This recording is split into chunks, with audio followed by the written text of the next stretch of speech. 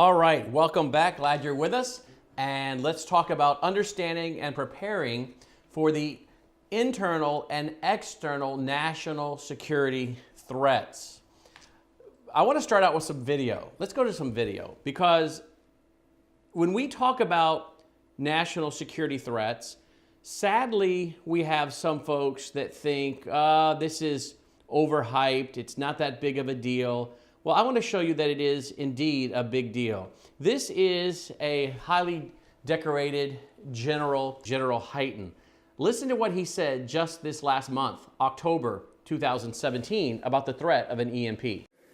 Can you discuss the threat of EMP attacks on the U.S. and what are we doing to counter that threat? So the reason I'm laughing is that during my confirmation hearing whenever it was, October, I guess, a year ago now, I got that question from Senator Wicker from Mississippi. And he said, so General, have you read the book 1 second after? And I said, no, Senator, I haven't. He said, well, let me tell you about the book. So he gave me a 30-second description of the book, which is about EMP pulse going off, and it's a novel written. So he gave me the 30-second description. He said, so now give me an assessment of the book. And so guess what? I went and read the book. My crack staff, when I got home, had, hey, you ought to read this book. And it's a book about EMP. But I've looked at EMP since I was a young officer, young engineer, because I was building systems to respond to EMP. An EMP pulse is a very dangerous threat, and it's a realistic threat. It's something that would basically, if you're not nuclear hardened, it will basically shut down any digital computer that is operating in the range of the EMP. So if you set off an EMP, a high altitude burst EMP, basically every light in this hotel is going to go off, every computer is going to go off, every cell phone is going to go off, and every automobile in the parking lot will no longer work. That's what an EMP does. Therefore, we have to be able to respond to that EMP. And so I was asked, is Stratcom ready to respond to an EMP attack? And the answer is yes, because we have nuclear hardened satellites, nuclear hardened command and control shelters. We can be able to respond to that, et cetera. But our nation as a whole has not really looked at EMP. We've not looked at the critical infrastructure that could be damaged by EMP. And we need to kind of take a step back and look at that entire threat. Because it is a realistic threat. You can use a nuclear weapon. The most likely way to create EMP is with a nuclear weapon. And you don't have to actually kill anybody directly with a nuclear weapon to create that horrible EMP pulse. So we have to think about what that means and how we would respond to it. And we haven't really stepped up. But if there's any good news in that story, it is Stratcom will be able to respond to that kind of attack because our capability to survive through that kind of attack. Sure. And he is United States Air Force. Sorry about that. I think I said Navy. He's U.S. Air Force. Now here is another, well, this guy's former military. This gentleman, General Kelly, he had 4 stars on his shoulder when he was a U.S. Marine. Today, he is the White House Chief of Staff. Now, I'm showing you these two gentlemen and their reports on EMP because, again, there are those that are putting out false information. Even some of the liberals have wanted to roll out some guys to say how the threat of EMP is not that serious and it's a lot of smoke about something that's not a big deal. Go check out these people and their background. You'll find out they're not experts. I don't know why the media wants to roll out these kind of people to say EMP is not a big threat, but they have.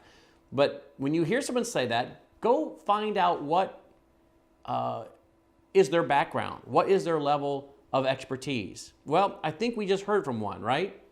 A general with the United States Air Force. And now you're going to hear from a former 4-star general with the U.S. Marines who's now the White House Chief of Staff, who on October 30th had this to say to Laura Ingraham on her brand new TV program about EMP. Let's watch that. Congressman Trent Franks talked about the possibility of North Korea, with its hydrogen bomb capabilities, ultimately being able to explode an EMP over the middle of the country, electromagnetic pulse bomb. Yep.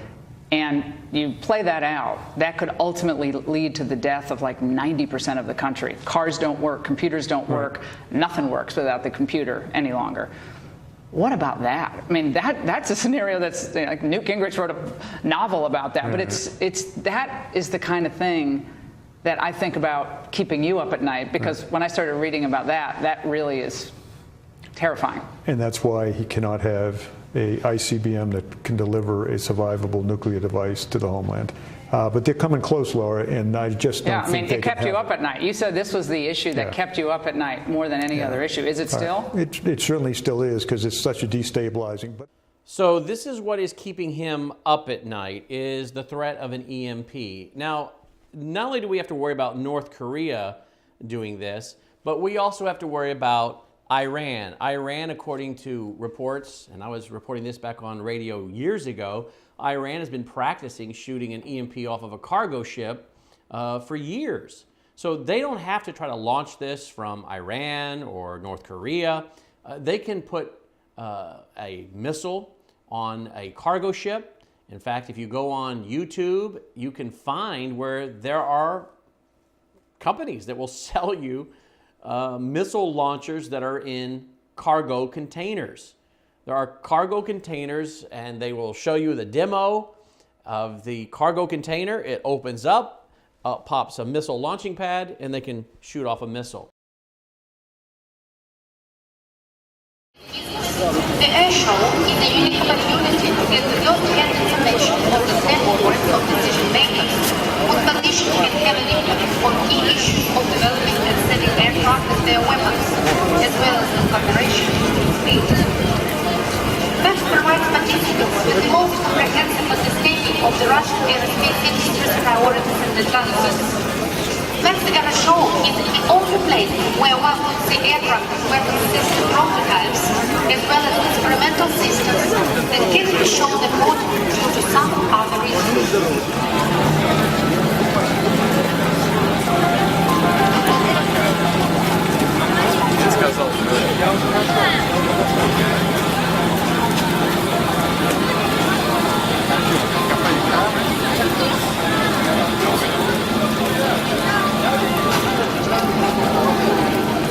Now again, for those of you who don't know, electromagnetic pulse bomb is created when you put a nuclear weapon on a missile, launch it up into the atmosphere, get several miles up, detonate it, and then the explosion creates this electromagnetic pulse that grabs the curvature of the Earth and then puts down, again, your car, the power grid, your phones, all the things we need to operate and run today, the ability to pump water, and so many other things. So here you've just heard from two experts, one who is in charge of a big division of the United States Air Force, and another who's a retired former four-star general in the Marines, who's now the White House Chief of Staff, both of them who are experts in their field and are looking at national security reports and classified information on a daily basis.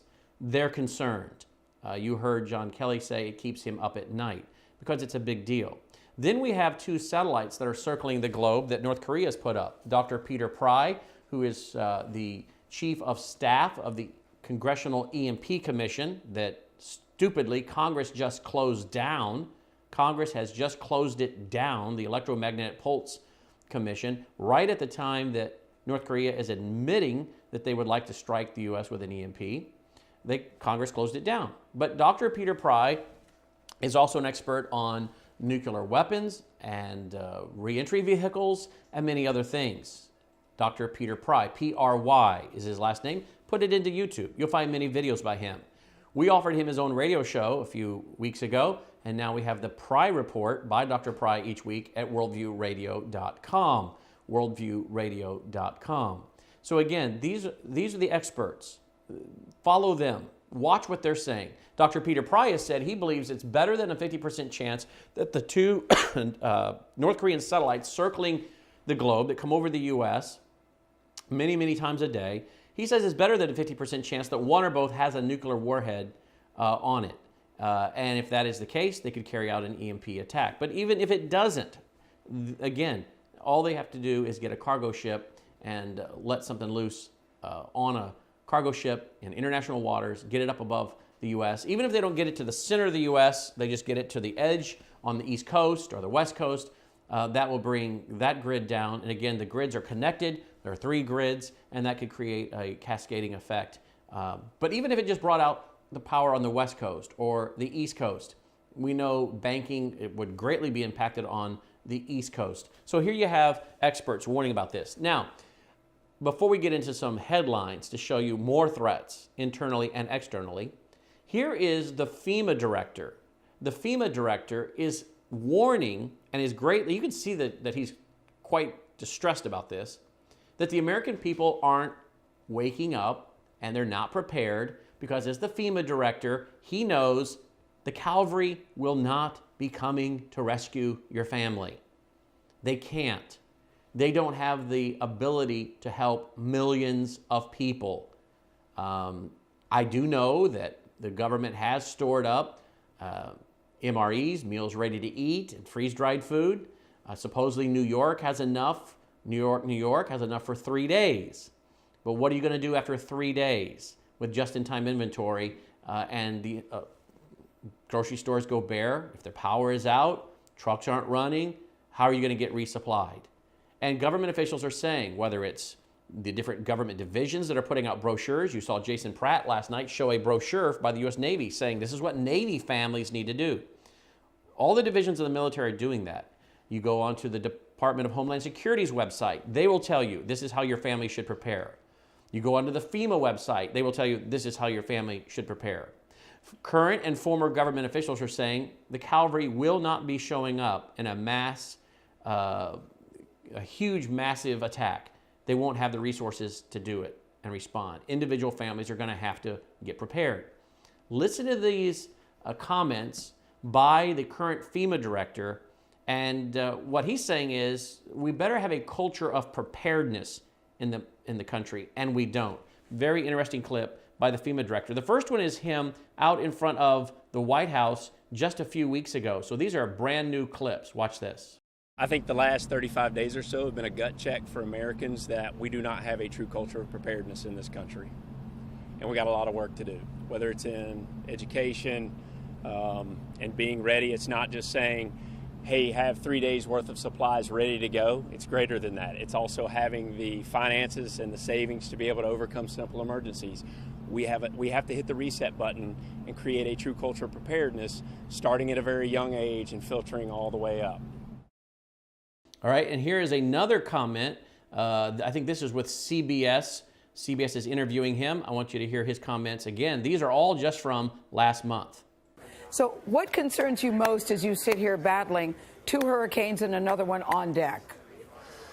Well, that's a tough question because I really think that we have a long way to go to create a true culture of preparedness within our citizenry in America. And no American, no citizen, no visitor to this country is immune to disaster. And we have a long way to go to get people to understand the hazards based on where they dwell, where they work, and how to be prepared financially, how to be prepared through insurance, how to have continuity of operations plans for their businesses so that we can avoid the suffering and strife and the loss of life. It's truly disappointing that people won't heed the warnings. Yeah. It's truly disappointing that people won't heed the warnings. And he's warning that people better be preparing. And so what are some of the internal and external threats we're facing? Well, let's start out with this quote by Benjamin Franklin. He said, by failing to prepare, you're preparing to fail. And most people have not prepared. They have not thought through how will they conduct their daily life, the basic things that support life for you and your family, thinking through each and every process and step along the way. And I'm talking about common sense things that are very inexpensive to do,